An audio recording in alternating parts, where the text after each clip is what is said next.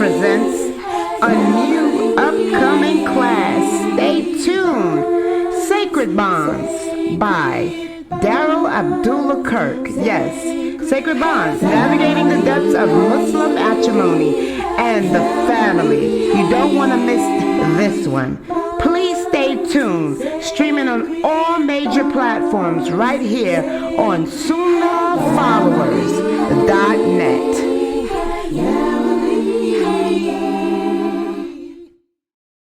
I want to welcome everybody to our series on the sacred bonds. The sacred bonds, and this is a series whereas we are discussing marriage in Islam and relationships in Islam, the relationship between husband and wife, the relationship between male and female, and also the children in Islam. And this is based on the book written by Brother Daryl Abdullah Kirk. I highly recommend everybody go to Amazon.com and purchase this book. It's only, what, $10, something like that. And yesterday for this class, we spoke about this big innovation that has emerged and impacted our ummah, known as feminism. And I hate to say it, but this movement emerged from some of the Arabic countries with our Arabic sisters who call themselves, I guess, demanding or fighting for rights to be acknowledged as women. And also, I was told, also women movement from Afghanistan and countries like that. Okay, and as we discussed the other day in this class, you know, women who demand certain rights, these are women that are not aware of the rights that Allah has already given them. Allah completed our religion for us. He perfected it for us. There's no reason for a woman to declare that demand rights. Allah took us out of the level of being an animal and made us equal to men spiritually, whereas we have the equal chance at paradise just as a man. Okay, a man is not better than us except physically. That's it.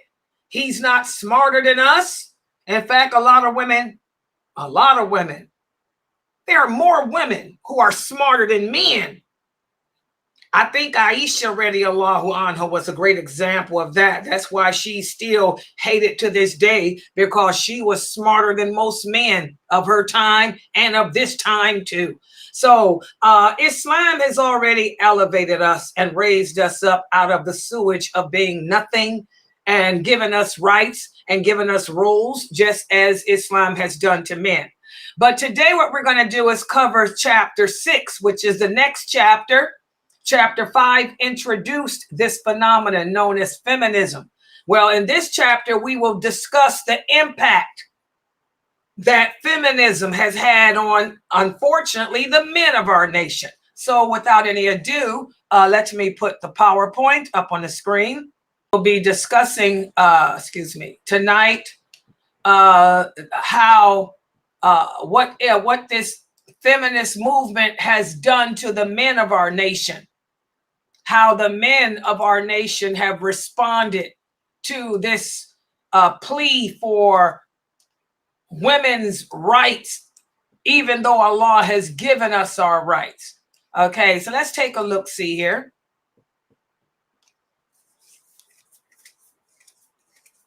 In the wake of the feminist movement and its push for women's rights, there's always cause and effect.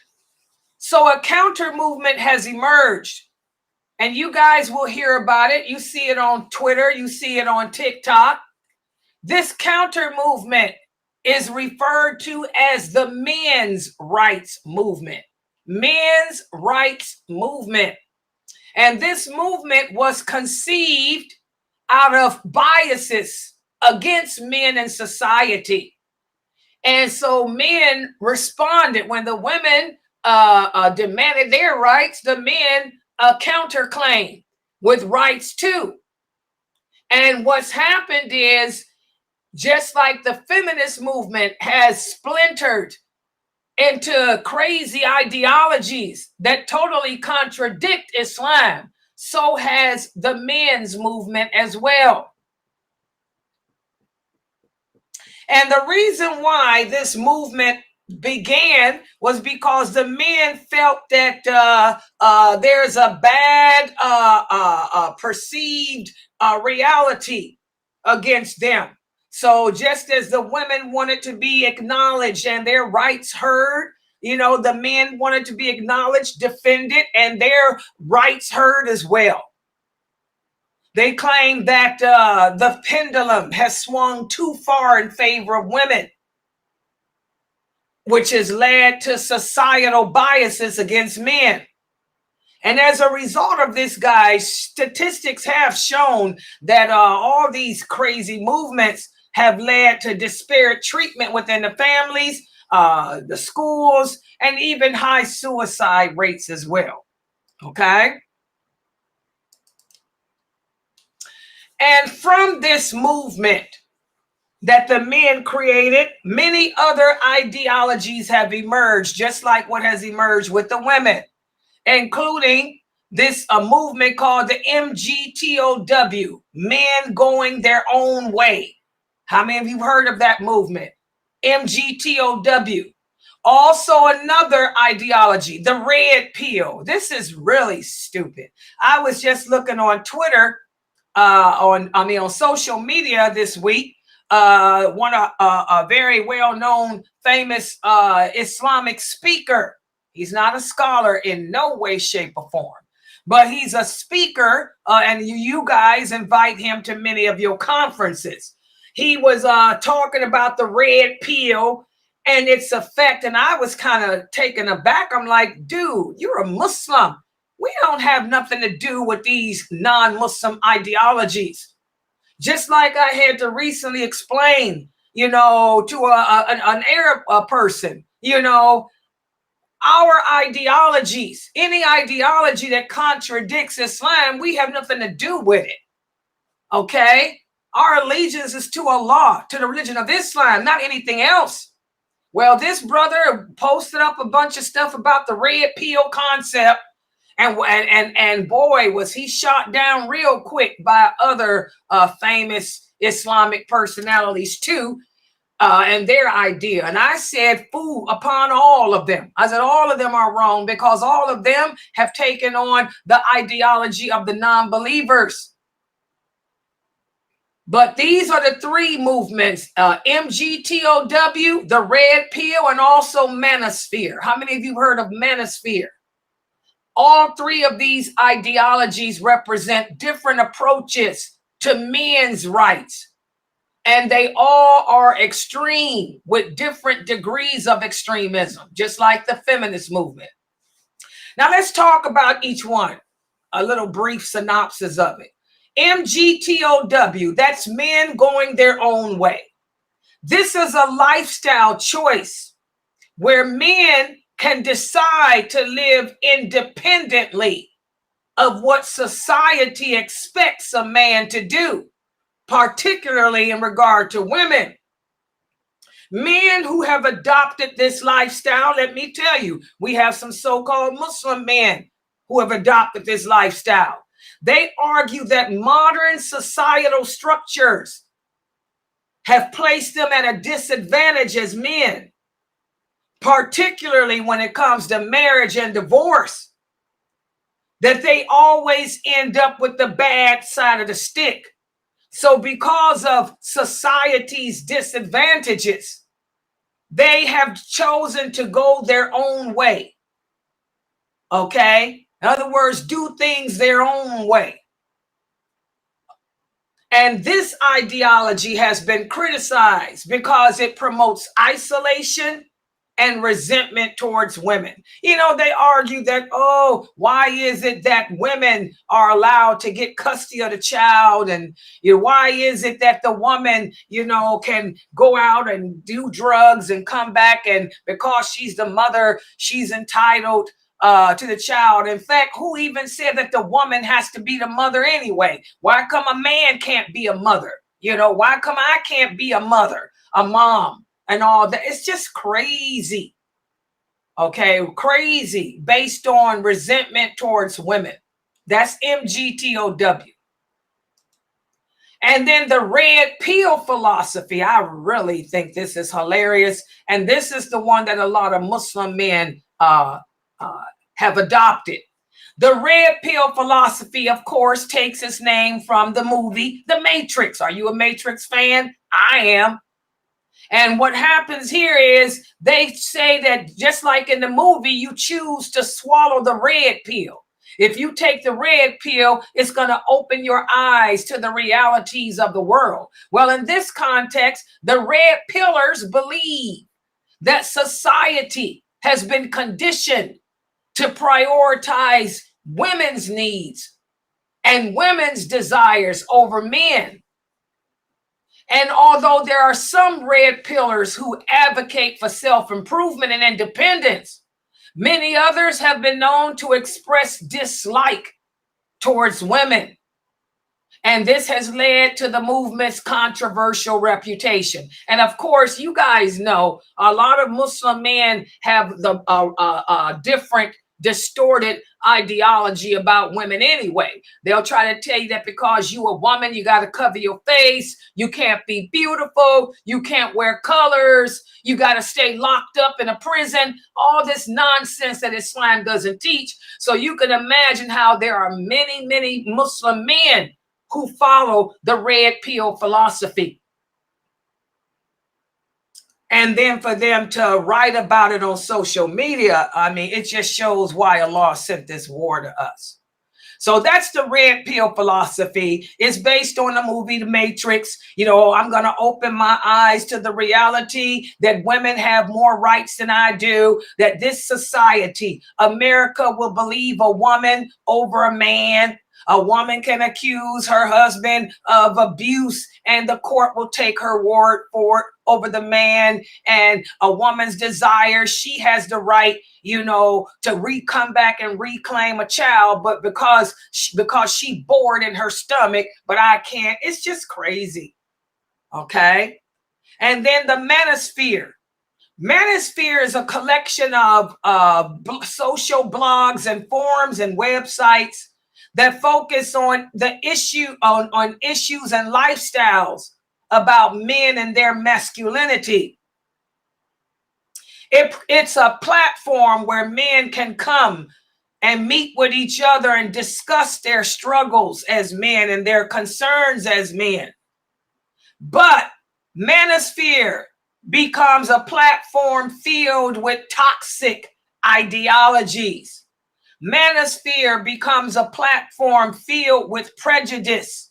It promotes male supremacy over women.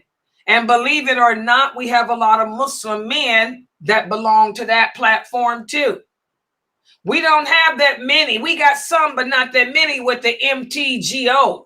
But most are either the red pill movement or they're with the manosphere movement.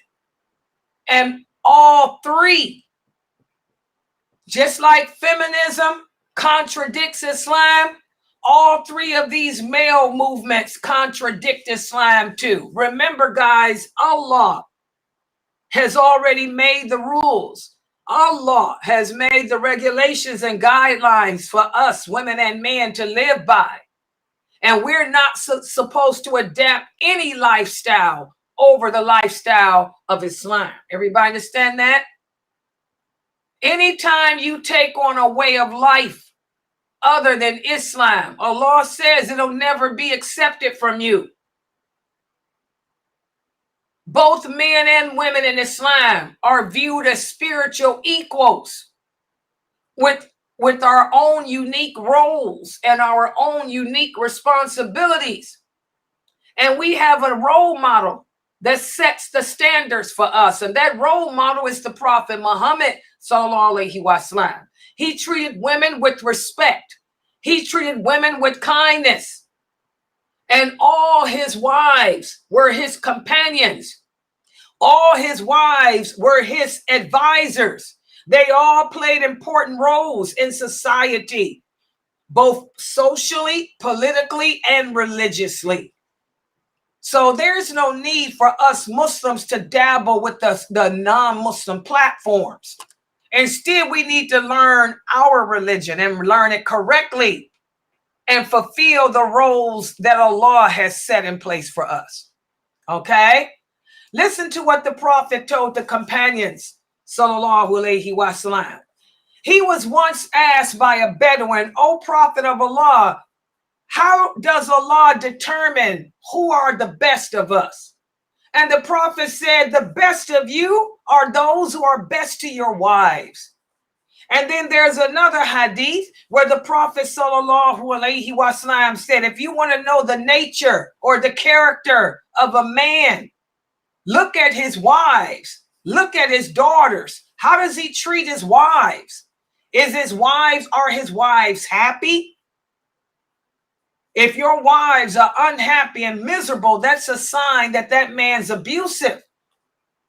So you want to learn about a man's character, look at the women in his home and his relationship with them.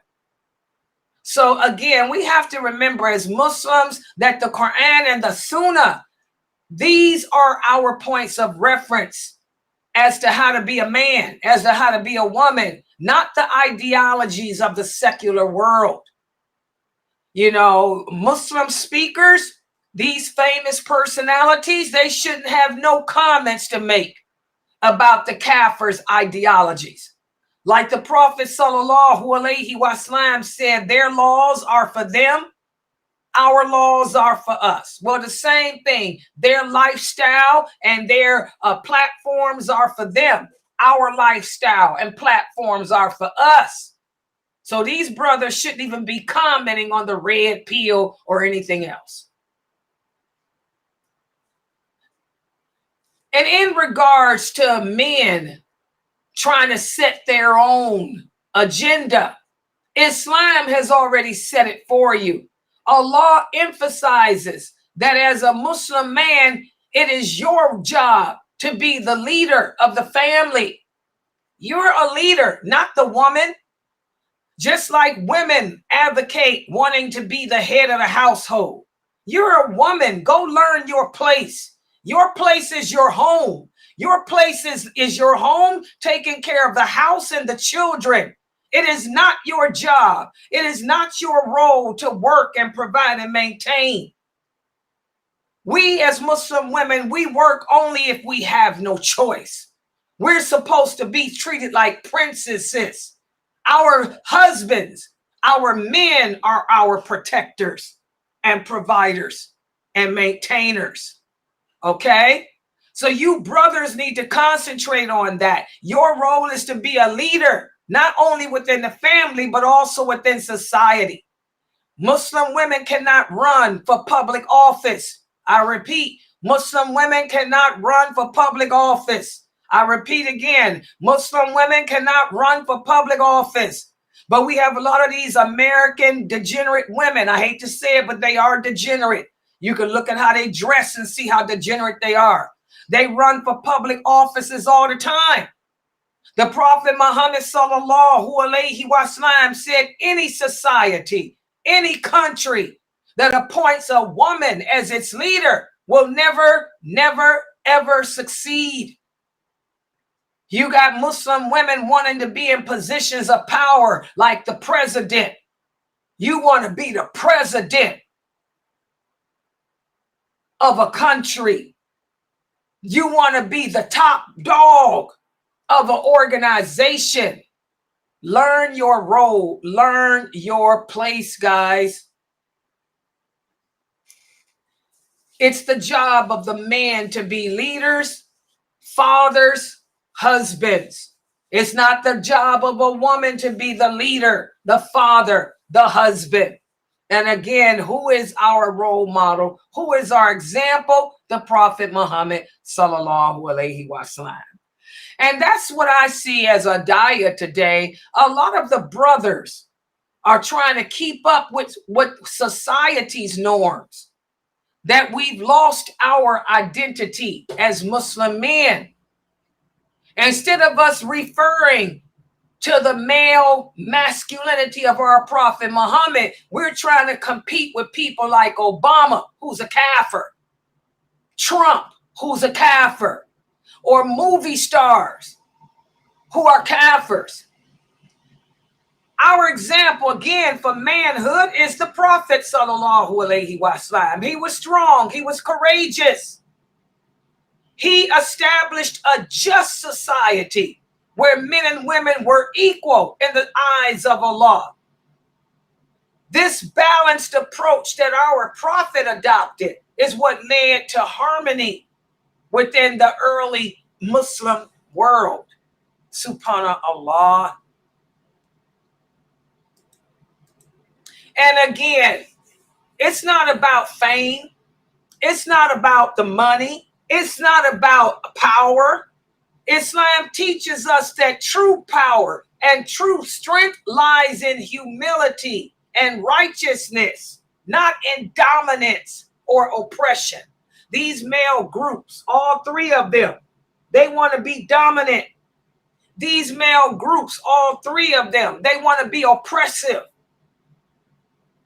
Muslim men are encouraged to seek knowledge and better themselves with Allah and actively contribute to society.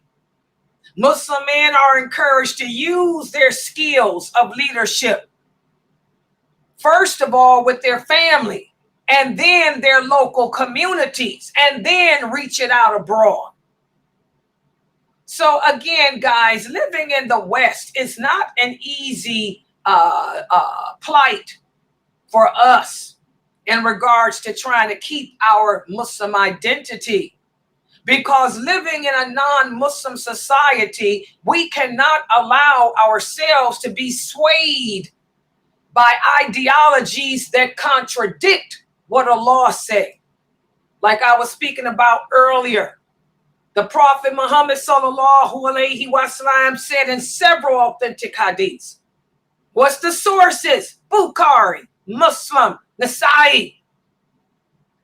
We can't even give honorable titles of respect and praise to non-Muslims. Because like he said, they're not deserving of that. If they were deserving of that, they would be Muslims. They wouldn't be the pagans they are. They wouldn't be the kafirs they are. And anytime we do give titles of honor and praise to non-Muslims, you're just making Allah angry because you're violating his right. He said that he took us out of dishonor and put us in a condition of honor by giving us Islam. So again, we're calling Allah a liar. We're saying that Allah did not honor us with Islam by telling me as a Muslim woman what my role is. Allah didn't honor us with Islam by telling me as a Muslim man what my role is. So instead, I'm going to adapt the non-Muslim ideology of the red pill. I'm going to adapt the non-Muslim ideology of feminism. But we call ourselves believers. That's not a believer. That's not a person that has allegiance to Allah. That's a person who's hypocritical. That's a person that's suffering with hypocrisy in their heart, confusion in their heart. That's a person that has no yaqeen. That's a person that has no certainty of faith. So we got to get it together, guys, and stop imitating these non-Muslims with their way of thinking, their way of acting, their way of being. We need to follow the example of the Prophet Muhammad sallallahu alaihi wasallam, and we have to adhere to the teachings of the Quran so we can be the best that we can be. Okay? So I'm going to stop right here for today. Subhanakallahumma wa bihamdika.